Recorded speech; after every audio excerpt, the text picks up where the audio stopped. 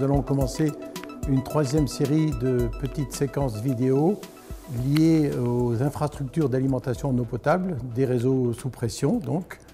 Et je vais commencer par une première séquence relative à l'équipement d'un forage ou d'un puits par une pompe de refoulement. J'ai un forage ou un puits que je vais équiper avec un groupe immergé, donc une pompe qui correspond avec un moteur, une crépine, une sorte de passoire qui évite d'entraîner des grosses particules, et la pompe, une pompe qui peut avoir plusieurs étages, 10, 20, 30 étages, chaque étage donnant la pression nécessaire. Je pose cet équipement de pompage dans un puits dont le niveau d'eau au repos est ici, et on l'appelle le niveau statique. Quand je vais faire tourner la pompe, je vais extraire un certain débit de mon forage ou de mon puits, et le niveau de l'eau va baisser plus ou moins, et on va atteindre ce qu'on appelle un niveau dynamique, et en fonction du débit prélevé, le niveau va être plus ou moins bas dans le puits ou le forage. Chaque forage ou chaque puits, normalement, est caractérisé par une loi débit-rabattement.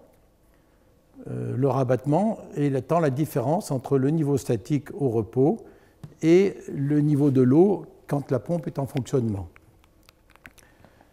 Pour construire cette caractéristique de puits ou de forage, en fait, on fait des pompages d'essai. On essaye un certain débit et on observe un rabattement. On change le débit, on augmente et on observe un autre rabattement, et ainsi de suite.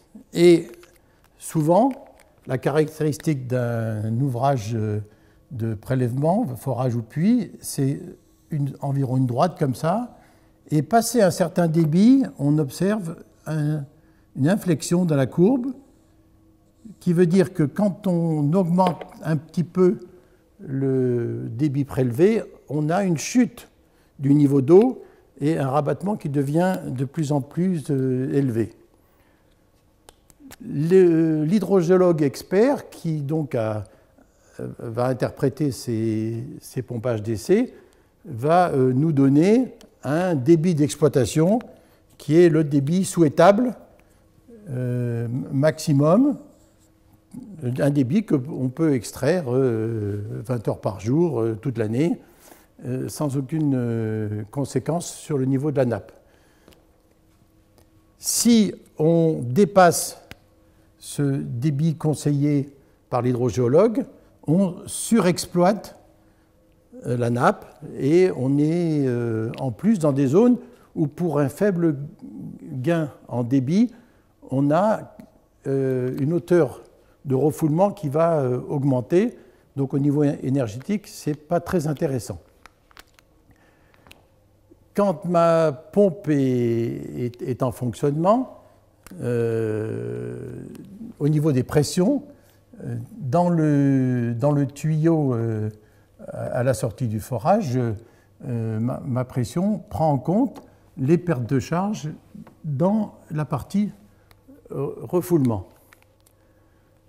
Pour choisir une pompe, je vais regarder dans les catalogues de constructeurs. Toutes ces pompes immergées sont des pompes centrifuges. Une pompe centrifuge, sa caractéristique qui lie la hauteur manométrique totale en mètres de colonne d'eau, donc c'est sa capacité à élever l'eau en fonction du débit. Et toutes les courbes de pompes centrifuges ont cette allure-là, avec un point particulier à débit nul, c'est-à-dire que quand on ferme la vanne à la sortie de la pompe, on a une pression qui est souvent donc la pression maximum, et qu'on appelle le point de barbotage. C'est un mot assez sympathique à retenir. Quand je vais devoir choisir ma pompe parmi des tas de courbes fournies par un constructeur. Je connais la hauteur géométrique au repos. Par exemple, quand je mets ma pompe, je constate un certain niveau statique dans le puits. Je sais que je dois monter mon eau à une certaine hauteur géométrique en fonction de l'arrivée au réservoir. Mais dès que la pompe va être en fonctionnement, le niveau d'eau va baisser. Et donc, ce qui est intéressant, c'est de connaître cette hauteur géométrique en fonctionnement au moment où la pompe tourne. Donc, d'où l'intérêt de bien avoir fait les pompages d'essai pour prévoir les rabattements de la nappe. Je vais choisir une pompe. Je veux extraire un certain débit, mais au départ, quand la pompe fonctionne, elle n'a que ce travail-là au démarrage à faire. Et puis, quand le niveau augmente, par rabattement, le travail de la pompe augmente et c'est cette hauteur-là qu'il faut prendre en compte. Et il faut aussi tenir compte des pertes de charge dans le tuyau. Les caractéristiques de la conduite de refoulement sont une loi de perte de charge de ce style-là, avec les pertes de charge J qui sont fonction du débit au carré. Si je double le débit, je vais multiplier par 4 les frottements dans la conduite, les pertes de charge. Et ici, quand je vais avoir ma hauteur géométrique, je rajoute les pertes de charge dans la canalisation. Mais on fera abstraction de ces pertes de charge pour le moment. Si je choisis une pompe un peu par excès, c'est-à-dire que j'ai besoin de fournir un certain débit à une hauteur. Imaginez que je choisisse, par sécurité, je vais dire, je vais prendre une pompe qui va pouvoir monter plus haut en hauteur de refoulement, et puis qui peut aussi donner plus de débit, qui peut le plus, peut le moins. Voilà, donc on va choisir par exemple cette courbe. Qu'est-ce qui va se passer? En fait, cette pompe va être tellement puissante qu'elle va extraire du forage davantage de débit que ce que l'on veut. Elle va provoquer un abaissement du niveau dynamique, puisqu'on extrait davantage de débit, et on risque d'avoir une surexploitation, voire un assèchement du puits. Et c'est ce que je voudrais justement éviter. Le défaut pratiquement observé un peu partout sur la planète, malheureusement, c'est qu'au moment du choix d'une pompe, le maître d'œuvre ou l'entreprise ou le particulier ou le responsable du service des eaux va prendre une pompe excessive en puissance et va risquer on appelle ça matraquer, de surexploiter son forage et de perdre de l'énergie, puisque du coup, on va avoir augmentation de la hauteur géométrique. C'est pour ça que je conseille toujours à nos étudiants, si vous n'êtes pas très sûr des caractéristiques de votre forage, que vous avez peur que le rabattement soit plus fort que prévu, ben, mettez au moins une pompe qui puisse monter un peu plus haut au cas où, mais ne prenez pas de marge de sécurité sur le débit. Si votre hauteur de refoulement est plus élevée, la pompe donnera un peu moins de débit et au lieu de pomper 10 heures ou 12 heures par jour, vous pomperez 13 heures, 14 heures, 15 heures par jour pour produire le volume journalier dont vous aurez besoin en pointe. Donc ce choix de pompe, malheureusement, un peu par ignorance, on installe des pompes beaucoup trop puissantes dans les ouvrages. On a des moteurs donc, de plus grande puissance. Ça veut dire qu'il faudra avoir des abonnements au réseau électrique plus coûteux. Au lieu de prendre, par exemple, un abonnement de 6 kW, peut-être qu'il faudra passer à un abonnement de 9 kW. Tout ça par excès de prudence et manque de finesse technique, on peut dire ça comme ça. Donc voilà pour ces premières recommandations. Maintenant, je vous propose un petit casse-tête sur mon équipement à la sortie du forage dans la station de pompage. Je dispose d'un robinet vanne et d'un manomètre juste à l'amont.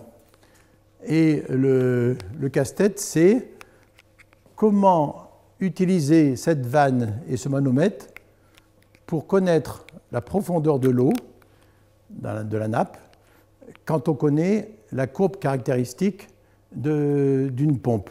Voilà, donc j'imagine que je n'ai pas accès au forage pour mettre une sonde de niveau manuelle ou que je n'ai pas de relevé automatique par une sonde piézométrique qui serait installée à demeure dans le forage, mais je voudrais savoir quel est le niveau d'eau. Donc c'est un petit casse-tête que je propose aux étudiants.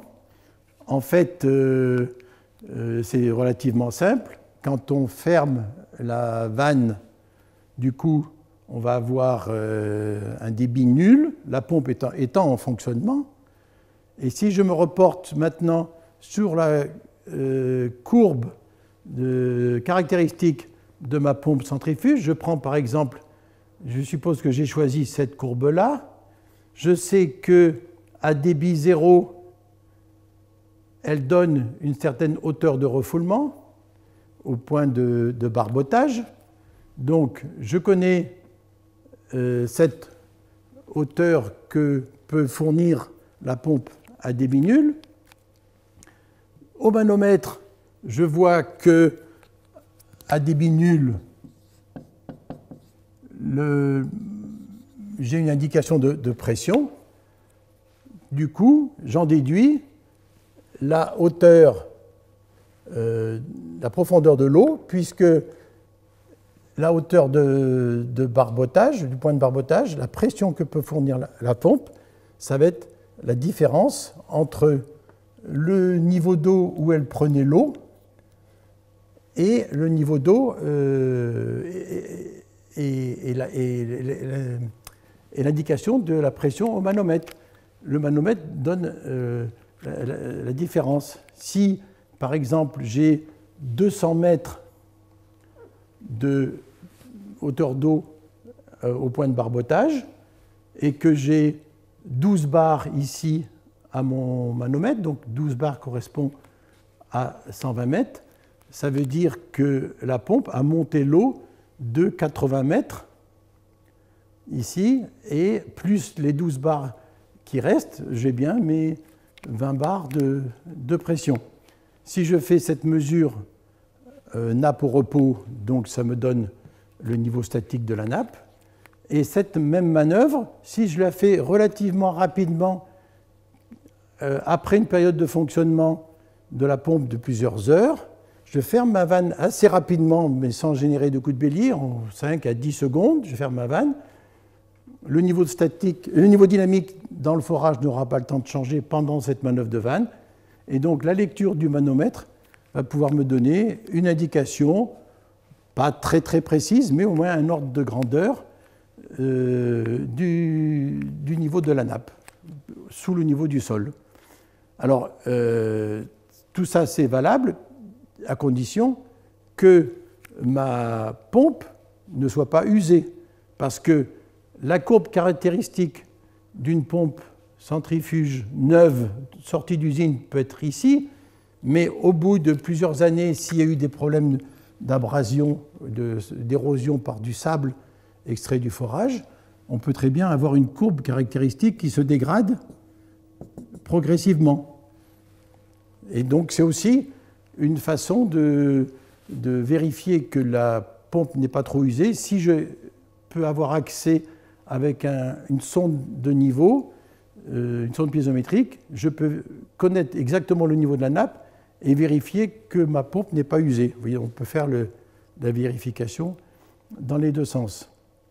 Pour compléter l'histoire de la surexploitation des nappes que j'évoquais tout à l'heure, c'est que quand on accélère, qu'on surexploite un aquifère et qu'on accélère l'écoulement aux approches du tube crépiné de forage, on peut avoir un entraînement de fines